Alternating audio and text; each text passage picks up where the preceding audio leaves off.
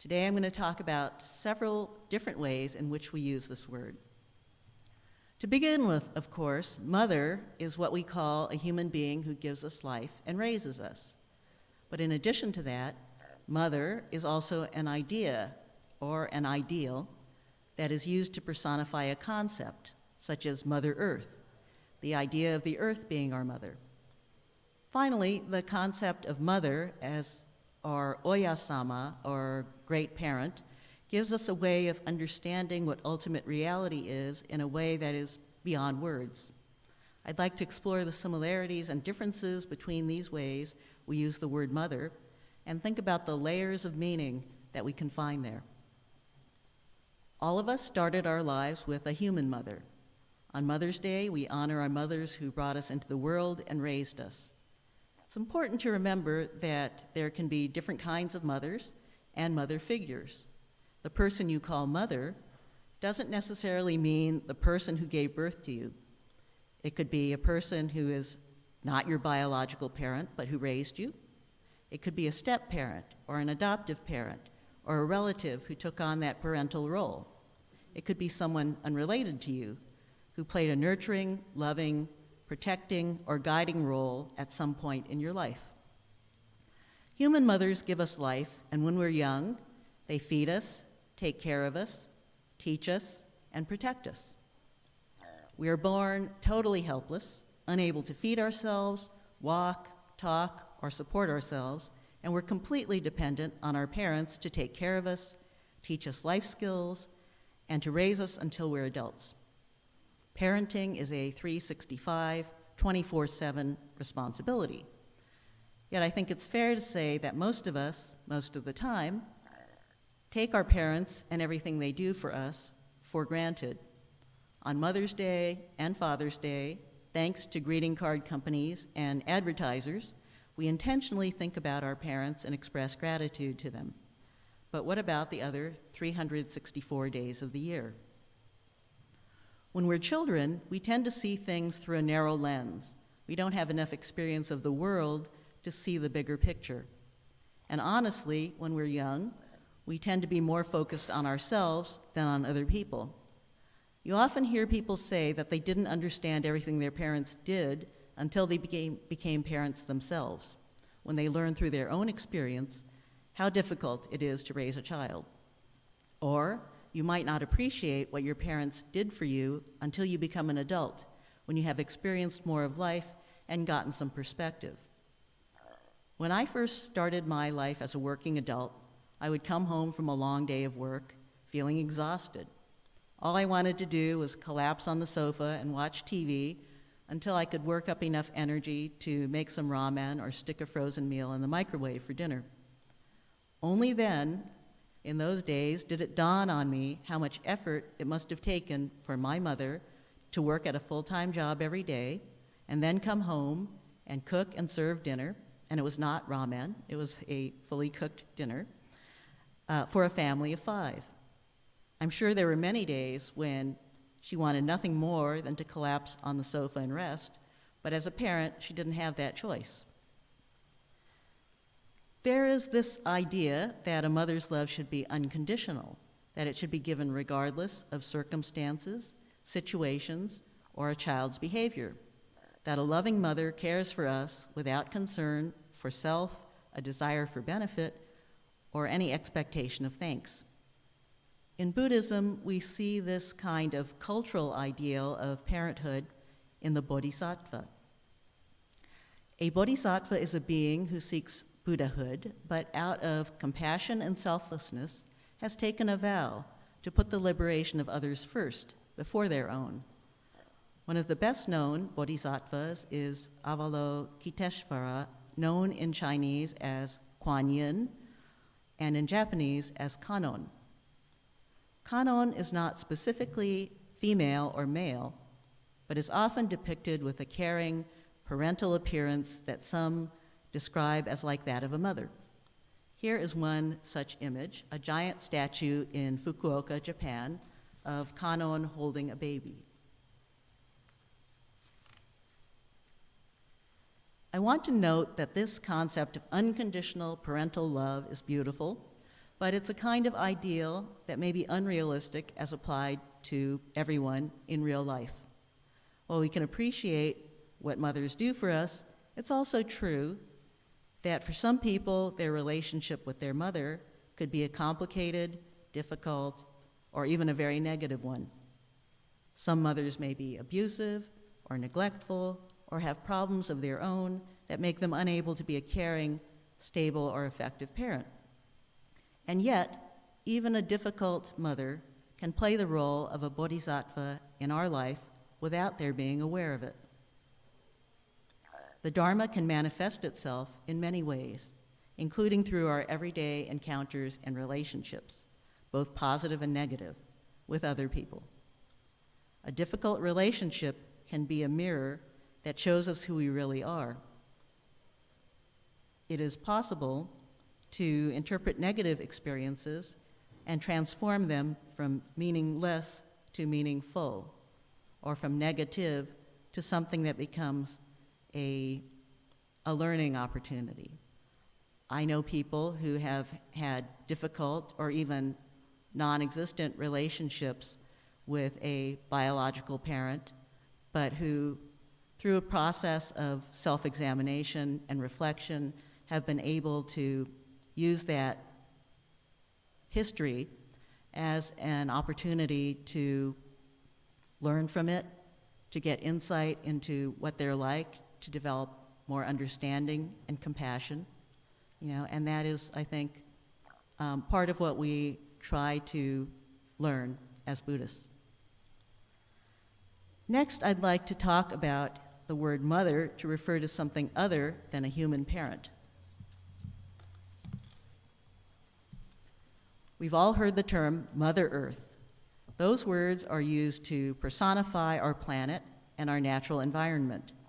Personify means that you describe an idea or an object as if it were a human being. That is, you give a human physical form and traits to something that is not a human. A few weeks ago, on April 22nd, we observed Earth Day. It's a holiday that began in the United States in 1970 as a day of action to recognize the damage that human beings are doing to the natural environment and to work toward creating change to fight for a cleaner and safer world. The United Nations, however, specifically calls April 22nd International Mother Earth Day. Why do we personify the earth in this way, giving a kind of human name and human identity to it? One reason is because our planet and all the aspects of the natural world it contains is a concept that's so big and so complicated and so hard to understand that we need an easier way of thinking about it. So we need to bring it down to a level that we can more easily understand and talk about. Here's an example. When we look at our altar at our Onaijin, we see a statue, Amida Buddha, in a human-like form. Amida is not a person, but rather that is the name that we give to ultimate reality, to Namo Amida Butsu, which has no physical form. But as human beings, we need help to grasp the concept of Amida. We need something to visualize. That's just who we are as human beings. So we have this statue to give this idea a form. In the same way, a huge number of beings and phenomena and processes that make up our natural environment are too big for us to grasp. So we use the term Mother Earth as a way to contain all these things, as a way for us to understand and think of them. But in addition to that need to bring the concept of the environment down to a level we can more easily understand, we also use the term Mother Earth as a way of recognizing the many ways in which our planet, our natural environment, nurtures us and takes care of us, just as an ideal human parent would. Calling it Mother also tells us that the earth is a living thing that needs care. And it indicates that we owe the earth the same respect that we should give to a human parent. The great Vietnamese Buddhist monk and teacher Thich Nhat Hanh expressed this idea beautifully in what he called a letter to Mother Earth.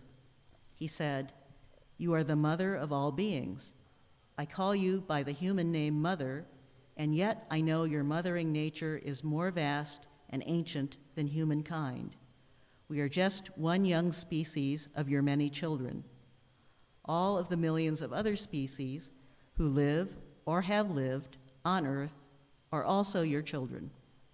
You aren't a person, but I know you are not less than a person either. You are a living, breathing being in the form of a planet." That's beautifully said. Like our human parents, Mother Earth creates, nurtures, and takes care of the needs of the millions of living beings, maybe billions of living beings, that populate our planet. Plants, trees, animals, birds, insects, human beings. We rely on the water, food, soil, and all the natural resources on Earth to provide us with shelter, water, food. Our lives are sustained by all of these and countless other things working together to support us. And just as with our human parents, we often take all these gifts for granted, or we even think that we're entitled to them and that they are ours for the taking. Because we take Mother Earth for granted, so many of us human beings treat her badly. We pollute the land, the air, and the water, making it unsafe for the animals and humans that live there.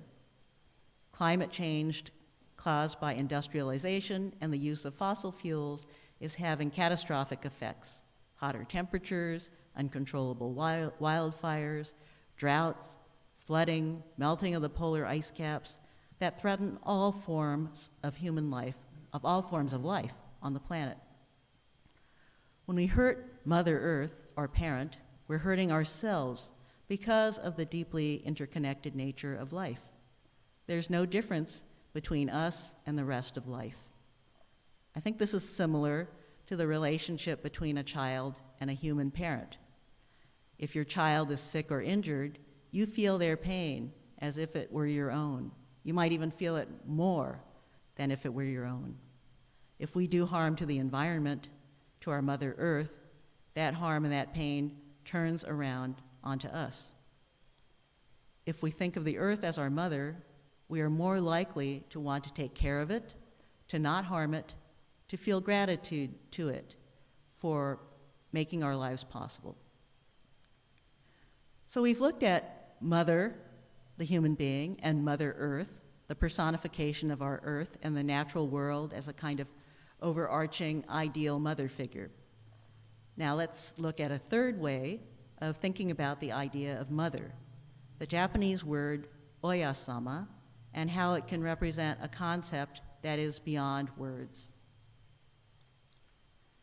Oya is a word that is used often in ordinary Japanese to refer to one's parents. Oya means parent. It could be mother, father, or both mother and father. If you're talking about your mother specifically, you would say haha oya, putting the kanji for mother, haha, in front of the kanji for parent, oya. But we see the respectful term Oya-sama used in Japanese Buddhism in a different way than in ordinary conversation. The Buddhist scholar D.T. Suzuki put it this way: strictly speaking, there is no word corresponding to Oya-sama in English or any European languages. Oya means parent, and sama is an honorific suffix. Oya can mean either father or mother, and can also mean both of them, not separately, but mother and father as one. Motherly qualities and fatherly qualities are united in Oya. Oya-sama is neither a he nor a she. In Jodo Shinshu, we sometimes call Amida Buddha Oya-sama. So why would we use this term Oya-sama to represent Amida? As I said a few minutes ago, the statue of Amida Buddha on our onaijin, on our altar, gives us a way to think about a concept or an idea that would be very difficult for us to grasp otherwise. Amida is the name we give to ultimate reality. It is a power beyond ourselves. Amida has no physical form, no audible voice, at least in the physical world, but in order to bring it down to our level, so to speak, we give it a human-like form so we can grasp it, so we can relate to it. We would call this the exercise of hoben. Calling Amida or Oya-sama serves the same purpose. Amida Buddha symbolizes immeasurable wisdom and compassion. It is unconditional. Think about the word immeasurable, which means it's so deep it cannot be measured. That wisdom and compassion is all-embracing. It surrounds us. It's all around us. It accepts us just as we are, with all our flaws, our egotism, our bad behavior. And isn't that just like the ideal unconditional love of our human parents? When we refer to Amida Buddha as Oya-sama, that symbolizes a truth beyond words, the all-embracing and pervasive nature of everything, all of life, that supports us.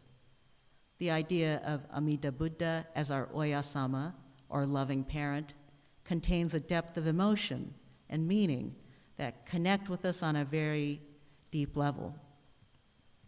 There's a famous story, the parable of the two rivers and the white path, which was originally written by Chantal, one of the 7 Pure Land masters, in the 7th century.